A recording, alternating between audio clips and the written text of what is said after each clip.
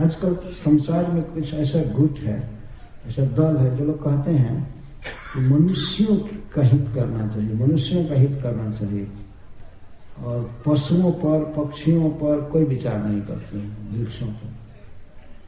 पशुओं को बिना मतलब के केवल अपनी जीवा को संतुष्ट करने के लिए बहुत संख्या में लोग काट रहे हैं, और लोग कहते हैं कि एनिमल्स हैव नो सोल, पशुओं में आत्मा नहीं है, जीव नहीं है, इसलिए इनको खा सकते हैं, ऐसे बोलते हैं। इस प्रकार के मूर्ख मनुष्य भरे पड़े हैं इस दुनिया में, तो इनमें जीव नहीं है। जीव का जो लक्षण है वो तुमको मालूम है? आखिर वो भी बोलते हैं, वो भी चिल्लाते हैं, वो भी हर्ष प्रकट करते हैं, खाते हैं, सांस लेते हैं, पीते हैं, सोते हैं, बैठते हैं। अब जीव का कौन सा लक्षण बाकी हो गया? ये कहो कि तुम में जीव नहीं है, पत्थर कहीं कसा, इसमें जीव नहीं। जो दूसरे जीव में जीव की सत्ता तक नहीं देखता है, वो दया क्या करेगा? ऐसा खल दुष्ट पापी, वो क्या दया करेगा? अरे जीव नहीं। और इसको बड़ी खुशी से कोट करते हैं, मानव की सेवा करो, पशुओं को काट करके सारे मानवों को खिलाए। इस तरह से सेवा करते हैं मनुष्य। और मनुष्यता की भी सेवा नहीं कर सकते, मानव का भी हित नहीं कर सकते, केवल अहित करना ही उनके भाग्य में लिखा है, दूसरे का ही अहित करना है। सर्व जनानुकंपया, वास्तव में महात्मा वो है जो सभी जीवों पर दया करता है, मनुष्यों पर, देवताओं पर, अपने परिवार पर, खास करके दीनहीन प्राणियों पर दया। सर्व जनानुकंपा, अनुकंपा, वृक्षों पर अनुकंपा, कीड़े मकोड़े पर अनुकंपा।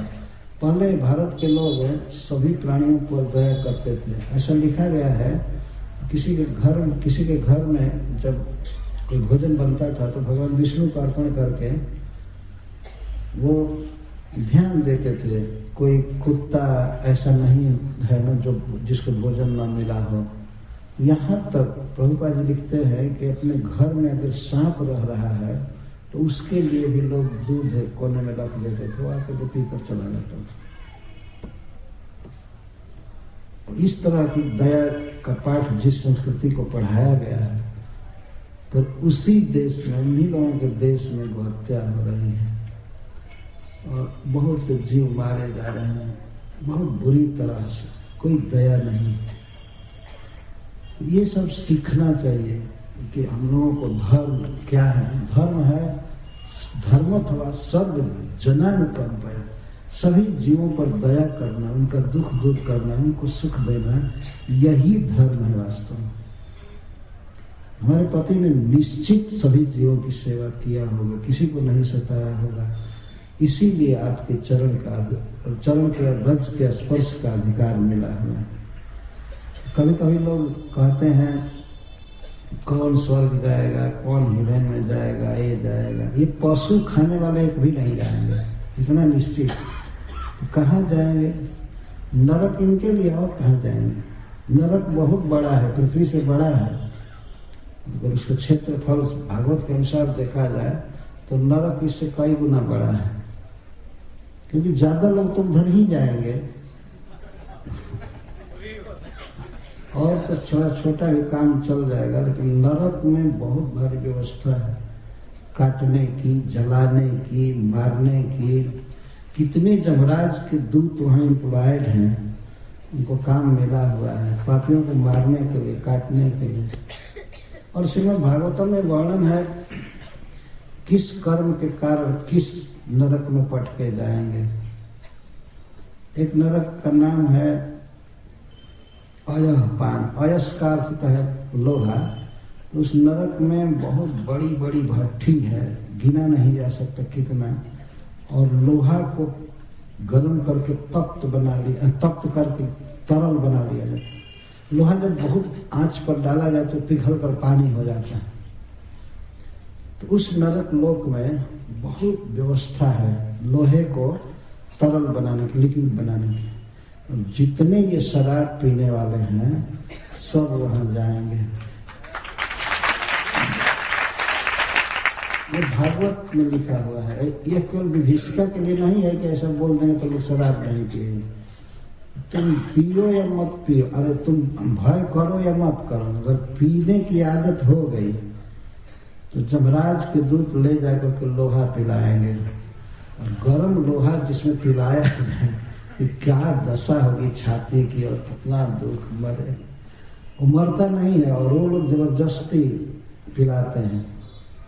हम लोगों ने देखा है, प्रभुपाद जी फोटो बनाए हैं तो हाथ पीछे करके एक दूत बांध लिया है और एक हाथ बांध लिया है और एक उसके मुख को लोहे के जंजीर से खोल रहा है, उसको चौड़ा कर रहा है, और दूसरा उसके छाती पर लात देकर के, जिसमें वो बहुत बड़ा बूट पहना है, हिंसक बूट नहीं है, तो खादी ग्रामोद्योग का जूता हो गया।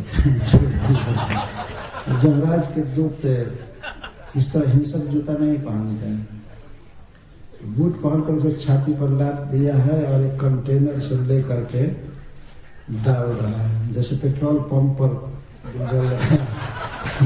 तो सब डालने के होता है, वैसा लेकर के उसके मुख में डाल रहा है। वो तो लाखों वर्ष तक पीना पड़ता है, मरता नहीं। शराबियों के लिए यह नरक है और उसमें कोई भेद नहीं है।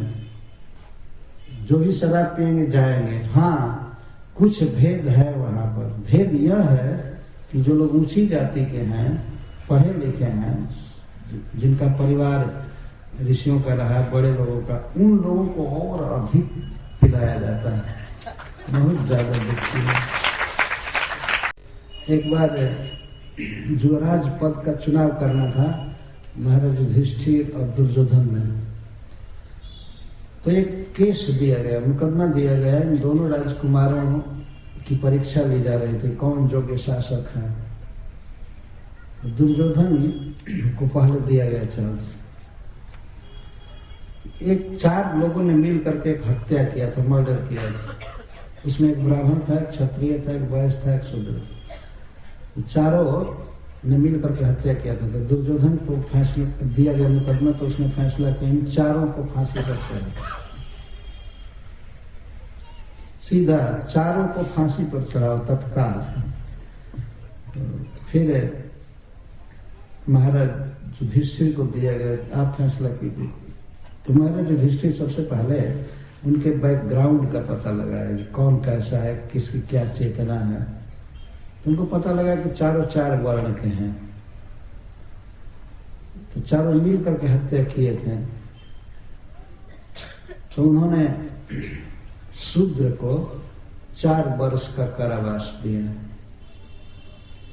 और वैश्य को 8 वर्ष का, और क्षत्रिय को 16 वर्ष का, और ब्राह्मण को आजीवन कारावास महाराज युधिष्ठिर ने दिया। मुझे बहुत बड़ा आश्चर्य हुआ कि चारों ने मिल करके पाप किया था, लेकिन उनको दंड दिया गया 4 प्रकार से। महाराज युधिष्ठिर से पूछा गया, आप इसकी व्याख्या कीजिए, क्यों आपने इस तरह विषमता का दंड दिया। तो उन्होंने कहा कि यह जो शूद्र है, ये बेचारा बहुत पढ़ा लिखा या बहुत वेल एजुकेटेड संस्कृत व्यक्ति नहीं है, इसका परिवार उतना उन्नत नहीं है, शास्त्रों की जानकारी नहीं है, बड़े लोगों का संग नहीं है। अगर इसने कुछ गलती किया तो इसकी कम गलती है। जो पढ़े लिखे लोगों का संग, शास्त्र के ज्ञाता का संग नहीं है, बड़े लोगों का संग नहीं है, इसलिए इसको जानकारी नहीं थी कि इतना बड़ा ये बहुत बड़ा पाप है, ये है, इसलिए यह कम दोषी है। अतः हमें इसे 4 वर्ष का सजा दे, और वैश्य को 8 वर्ष। तो उन्होंने कहा कि वैश्य को चांस रहता है कि उसे शास्त्र के ब्राह्मणों का संग होगा और बड़ा व्यक्ति होता है। वैश्य का शास्त्र से भी संबंध होता है, कभी कथा सुनता है, कभी सत्यनारायण भगवान की कथा सुनता है, या ब्राह्मण लोग आते हैं, इसको उपदेश करते हैं, इसको संग होता है। लेकिन फिर भी इसका कम अपराध है, तो इसको 8 साल का सजा दी।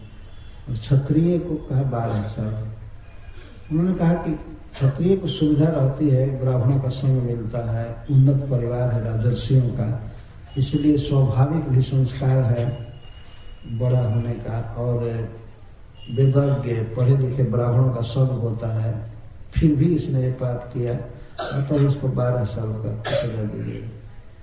और ब्राह्मण क्रिया जीवन कारावास, तो उन्होंने कहा कि ये तो ऐसे वंश में जन्म लिया है जिस वंश के लोगों का कर्तव्य ही है दूसरों को शिक्षा देना, स्वयं वेद पढ़ना, पढ़ाना, धर्म की शिक्षा देना, नीति की शिक्षा देना, स्वर्ग नरक आदि को बताना, ईश्वर को बताना, और इसने हत्या किया है तो इसको आजीवन कारावास दिया है, शारीरिक दंड नहीं दिया, मतलब जान मारने की फांसी नहीं दिया उन्होंने, आजीवन कारावास। तो इसके बाद सबने ताली बजाया और इसके बाद उनको युवराज पद दिया गया महाराज युधिष्ठिर। उसी समय उन्होंने राजसूय जब किया था, उसके बाद वो राजा बने। तो इस प्रकार अपनी सामाजिक और आध्यात्मिक स्थिति के अनुसार व्यक्ति को कर्म का दंड भोगना पड़ता है।